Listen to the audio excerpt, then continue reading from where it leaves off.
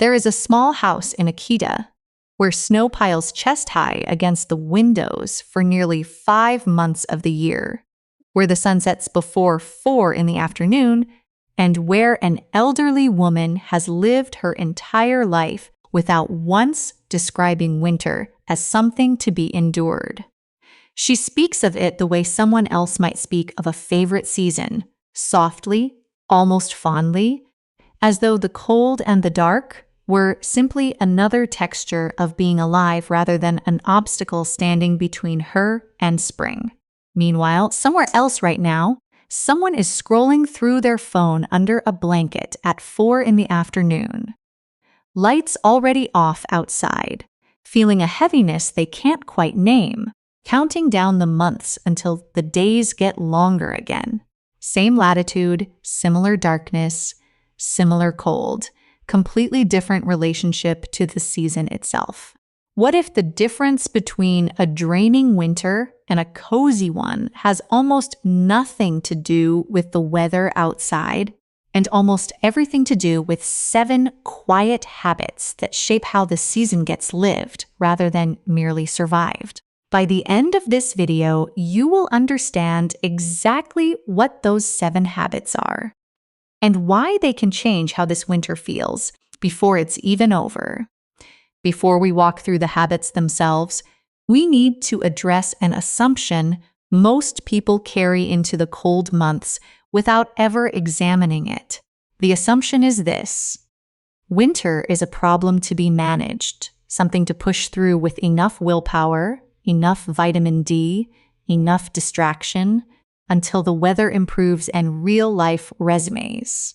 This feels reasonable, but it quietly guarantees exhaustion, because treating an entire season as an obstacle means spending months in a low-grade state of resistance against something that hasn't gone anywhere and isn't going anywhere for a while yet. The actual shift isn't finding better ways to endure winter. It's changing whether winter is something happening to you or something you are living inside of. This is the piece almost every seasonal wellness guide quietly skips. The real Japanese term Kotatsu bunka, Kotatsu culture, centered around the low-heated table draped with a thick blanket where a family gathers, legs warm beneath the fabric, for hours at a time during the coldest months. The practice, rather than heating an entire house and moving briskly between rooms, the household organizes itself around one small, deeply warm center, where meals are eaten, conversations happen, and time is spent slowly together in physical closeness that the warmer months don't naturally invite. The scientific validation. Environmental psychologists studying thermal comfort have found that a small zone of concentrated warmth, rather than uniform ambient heating, produces measurably higher reported coziness and social connection than a warm room where people remain physically dispersed, because shared physical warmth activates affiliative behavior in a way ambient temperature alone does not. The second habit concerns the deliberate slowing of pace. The real Japanese term, fuyugomori, winter seclusion, is historically describing the natural slowing of rural life once the harvest was in and the snow made travel difficult. The practice, rather than maintaining the same brisk pace of activity through winter as through the rest of the year, certain months are treated as naturally slower, with fewer commitments deliberately scheduled and more unstructured time protected. The scientific validation. Chronobiology research has found that humans show a genuine seasonal shift in energy and motivation tied to daylight availability, and that fighting this shift by maintaining constant productivity expectations year-round is associated with higher reported burnout than cultures and individuals who consciously adjust their pace to the season. The third habit is about the specific ritual of bathing. The real Japanese term, yunomi no shitaku, the preparation of a proper hot bath, taken slowly and deliberately in the evening rather than a quick functional shower. The practice. A long, hot bath becomes a nightly anchor point during winter specifically, not merely for hygiene, but as a dedicated period of warmth and stillness that punctuates the day. The scientific validation. Sleep researchers have found that a warm bath in the evening, particularly during colder months, improves both sleep onset and reported mood the following day because the subsequent drop in core body temperature after bathing mimics and reinforces the body's natural pre-sleep cooling process. The fourth habit involves the treatment of seasonal food as an event rather than mere fuel. The real Japanese term, shun, the peak seasonality of a particular ingredient, celebrated specifically when it's available rather than treated as interchangeable with any other time of year. The practice.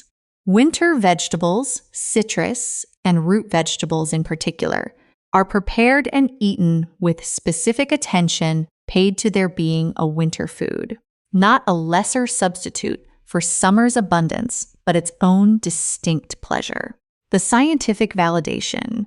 Food psychology research has found that framing seasonal eating as a specific, time-limited pleasure, rather than a restriction increases reported enjoyment of the same foods substantially, because scarcity and specificity increase perceived value even when the nutritional content is identical.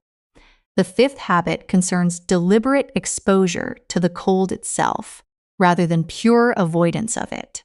The real Japanese term, geiko, cold training, traditionally practiced by martial artists and monks, brief, controlled exposure to cold as a discipline rather than something purely to be shielded from. The practice. A short walk outside without excessive layering. A brief moment on a cold porch with tea, deliberate small doses of the season's actual character rather than complete indoor avoidance for months at a time. The scientific validation. Research on cold exposure and mood has found that brief, controlled cold exposure is associated with measurable increases in circulating norepinephrine and reported alertness, meaning small doses of the very thing being avoided can counteract some of the low energy typically associated with prolonged indoor confinement. The sixth habit is about light itself, used deliberately rather than merely as illumination. The real Japanese term, akari, a soft, warm glow, historically from paper lanterns, specifically contrasted with harsh overhead lighting. The practice. As natural daylight shortens, indoor lighting is shifted toward warm, low, layered sources, rather than compensating for the loss of daylight with bright, flat, overhead light that mimics daytime artificially. The scientific validation. Research on light and circadian rhythm has found that warm, dim evening lighting supports more natural melatonin production and better sleep quality than bright artificial light in the evening hours, meaning the instinct to brighten a dark winter evening with harsh light may actually work against the body's adjust to the season. The seventh and final habit is the simplest, and it concerns what winter is understood to be for. The real Japanese term, fuyu no tanoshimi, winter's particular pleasures, a mental framing that treats the season as having its own specific, irreplaceable enjoyments rather than functioning as a lesser version of the warmer months. The practice, specific activities, foods, and small rituals are consciously associated only with winter, deliberately not moved to another season, so that the cold months come to be anticipated for what they uniquely offer rather than merely endured until they end. The scientific validation. Positive psychology research on anticipation has found that having specific things to look forward to within a difficult period, rather than only after it ends, measurably improves reported well-being during that period itself, because anticipation distributed throughout a season functions differently than anticipation aimed only at its conclusion. As you've seen, a cozy winter has very little to do with the temperature outside. It has to do with 7 quiet habits that change your relationship to the season itself. Gather around shared warmth through Kotatsu bunka. Slow your pace deliberately through fuyugomori. Anchor your evenings with a proper bath through yunomi no shitaku. Celebrate seasonal food through shun. Take small doses of the cold itself through geiko. Choose warm, deliberate light through akari. And find winter's own specific pleasures through fuyu no tanoshimi.